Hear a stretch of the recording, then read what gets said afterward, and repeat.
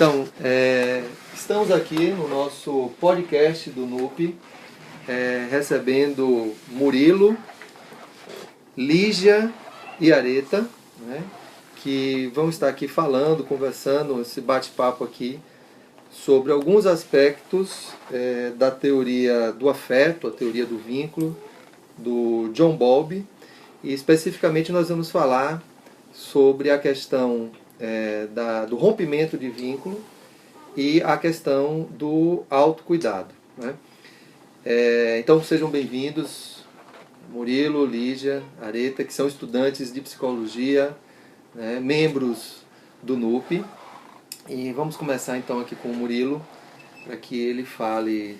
Fique à vontade, Murilo, você fazer as colocações a respeito dessas ideias que o Bowlby traz, né, em relação à questão do rompimento do vínculo. Inclusive, me parece que é um tema muito atual, né, embora a obra dele seja mais ou menos da década de 60, né, ele é bastante atual, acho que diz muita coisa, né, em relação à juventude de hoje, a questão da infância, da adolescência. Em linhas gerais, como é que você vê essa questão do rompimento de vínculos para a teoria do Bowlby? Então, olá pessoal, eu sou Murilo, estudante de psicologia aqui, como o professor Marcelo já falou. E, bom, acho que o primeiro passo é a gente tem que entender primeiro o que é o vínculo, que é justamente o que o Bowlby faz no capítulo do livro dele. Que a primeira coisa que ele traz é que vínculo, obviamente, não é uma coisa que a gente sente por todas as pessoas. Existem algumas pessoas que a gente tem uma proximidade um pouco maior, outras um pouco menor e algumas proximidade nenhuma. E aí ele meio que tenta trabalhar um pouco isso. E ele acaba definindo o vínculo como a atração que o indivíduo sente, a atração que o indivíduo sente por outro indivíduo. Que é justamente essa tendência de manter proximidade com ele e, na ausência desse indivíduo, buscar por ele e, na presença dele, emitir comportamentos que favoreçam essa permanência dele ao nosso lado e também façam que ele busque busquem a nossa presença. E ele traz um pouco que assim, o interesse por essa área de vínculos afetivos, ele acabou que não teve muito interesse por parte dos psicólogos. Eles simplesmente falavam e agiam como esse tipo de coisa não existisse.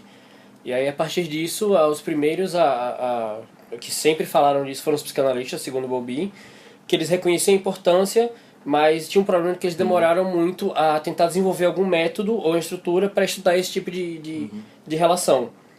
E aí, por causa dessa demora, acabou que os etologistas assumiram esse papel. E eles preencheram essa lacuna com os experimentos sobre imprinting, que é aquela questão muito mais presente em animais, que é quando o filhote nasce, o primeiro indivíduo, o primeiro ser, ou até coisa que se movimenta, com alguns experimentos posteriores mostraram, eles acabam seguindo aquele indivíduo como sendo algo pelo qual eles têm o afeto. Então tem experimento que eu coloco um patinho quando nasce e o pesquisador vai lá, a primeira indivíduo que está no ambiente é o pesquisador e o patinho começa a seguir o pesquisador tal qual eles seguem a mãe deles no ninho. Então, os primeiros estudos de vínculo foram relacionados a isso, que era a questão do imprint, essa vinculação imediata com aquele primeiro indivíduo que você está presente no seu ambiente de nascimento. E aí tem a questão de que o prevalecimento dessa ligação, que bom, dá pra gravar. A gente poderia dizer, Murilo, que a vinculação, então, é uma questão biológica, né? Sim, também. Tem a questão da vinculação biológica, que as teorias evolutivas vão trazer isso, de por que a gente tem esse vínculo com os indivíduos, que principalmente por questão de sobrevivência da espécie, porque quando você tem um vínculo e procura manter a sobrevivência daquele seu pequeno grupo, isso te dá vantagem em relação a indivíduos que não têm isso. Porque você vai tentar proteger aquele seu pequeno grupo e isso vai favorecer os seus genes passarem adiante. Porque geralmente animais sociais acabam cruzando sempre entre si, porque eles estão naquele mesmo ambiente, estão interagindo, e a partir disso é que eles geram seus descendentes. Então proteger esses indivíduos favorece a espécie, e o grupo especificamente também. Existem alguns tipos de vínculos que o Bowlby traz, e eles diferem assim de uma espécie para outra, mas o mais comum é o vínculo entre pais e filhos, justamente por pode ser explicado por essa questão de sobrevivência, que é entre os pais e sua prole, e entre os indivíduos adultos de sexos opostos, que é o que ele traz. Também pode ser explicado por essa questão evolutiva. Entre os mamíferos que ele traz, o vínculo primordial, o primeiro que tem, é entre a mãe e o filho pequeno, e esse vínculo ele tende a permanecer ao longo da vida, que é a característica que ele acabou encontrando.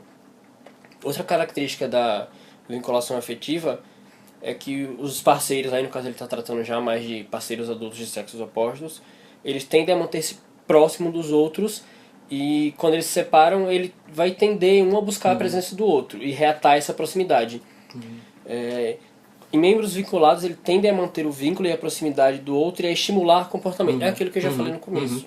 O rompimento de vínculos, Murilo, pode trazer consequências para o desenvolvimento do indivíduo, principalmente da criança, já que é uma questão que nos interessa? Então, ele tem assim alguns efeitos que isso causa. Ele tem alguns experimentos que ele trata no livro, que é principalmente com relação a crianças pequenas, que quando há separação entre a criança e o seu cuidador primário, que pode ser a mãe ou pode ser aquela pessoa mais próxima, quando esse vínculo é restaurado depois de um determinado tempo, essa criança ela tende a emitir alguns tipos de comportamentos característicos.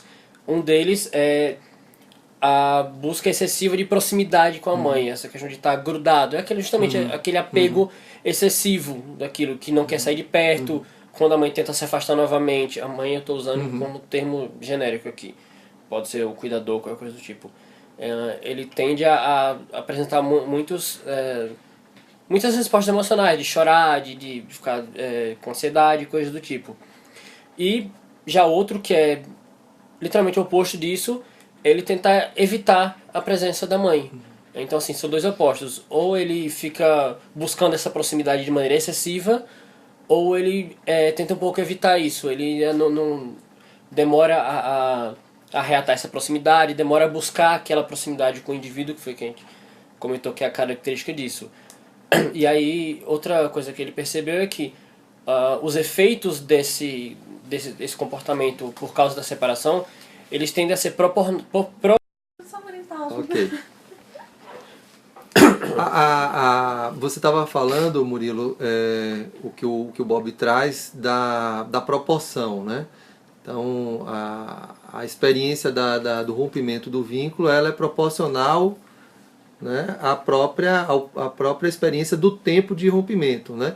Inclusive, me parece que o Bob ele traz alguns estudos onde correlaciona, né, pelo menos situações crônicas e intensas de rompimento de vínculo a algumas repercussões negativas no desenvolvimento do sujeito, né? Sim, ele traz algumas correlações com esses rompimentos de vínculos com alguns distúrbios psiquiátricos. Que ele traz duas síndromes psiquiátricas específicas, e as duas síndromes são da personalidade psicopática ou sociopática e depressão. E outras duas características são dois sintomas associados também que ele traz, são a delinquência e suicídio. Ele percebeu que o índice de suicídio e delinquência entre pessoas que tiveram rompimento de um vínculo afetivo, ele era muito maior do que na população normal. Acho que cerca de alguns casos, dependendo da idade, podia chegar até 65% mais, 65% maior o índice de depressão e suicídio nas pessoas que tiveram rompimento de vínculos afetivos. Agora, uma questão que vai, numa discussão que vai numa posição, talvez numa direção diferente, né, é a temática da autoconfiança, né, que foi uma temática também bastante estudada pelo Bowlby, né, além da questão do rompimento de vínculo, né.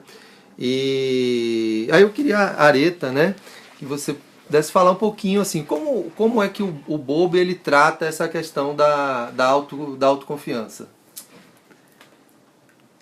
Olá, meu nome é Areta, sou estudante de psicologia E o Bowlby trata a questão da autoconfiança muito, muito centrado também no conceito de base segura, né? E aí ele traz que todos os indivíduos, naturalmente, têm uma necessidade a querer ter alguém, uma figura de apoio, uma figura de auxílio, em torno de todo o seu desenvolvimento, né? Para estar ali de forma a ajudar, a auxiliar em algum momento que seja necessário e primordialmente, essa necessidade nas crianças, nos primeiros anos de vida, tende a ser maior, tende a ser mais forte. E aí, alguns estudos em torno disso foram feitos e com isso deu para se perceber que muito dessa base familiar, dessa base segura na infância e nos primeiros anos de vida, são os influenciadores, né? Da autoconfiança no seu desenvolvimento no restante da sua vida.